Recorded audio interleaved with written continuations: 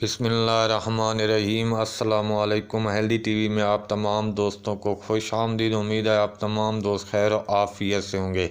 आज की वीडियो में जो नुस्खा आप दोस्तों के साथ शेयर करने लगा हूँ, ये ऐसे लोगों के बारे में है जिनकी कमर में दर्द है, पट्ठों में दर्द है, या जोड़ों में दर्द है, या मोरों में दर्द है। किसी भी वजह से दर्द है, खा वो कमज़ोरी की वजह से है, खा वो बुढ़ापे की वजह से है, या फिर कोई वज़नी चीज़ उठाने की वजह से है। किसी भी किस्म का दर्द है कमर, पट्ठों, जोड़ों और मोरों का, तो उनके लिए ये बेहतरीन और ज़बरदस्त टोटका लेकर हाजिर हूँ। ये टोटका सिर्फ आपने चंद दिन इस्तेमाल करना है, इंशाल्लाह कमर, पट्ठों, जोड़ों और मोरों को दर्द बिल्कुल गायब हो जाएगा। सादा आसान सा नुस्खा बताने से पहले आप दोस्तों से गुजारिश है कि अगर आपने हमारे चैनल को सब्सक्राइब नहीं किया तो सेहतमंद रहने के लिए हेल्दी टीवी को सब्सक्राइब ज़रूर कर दें।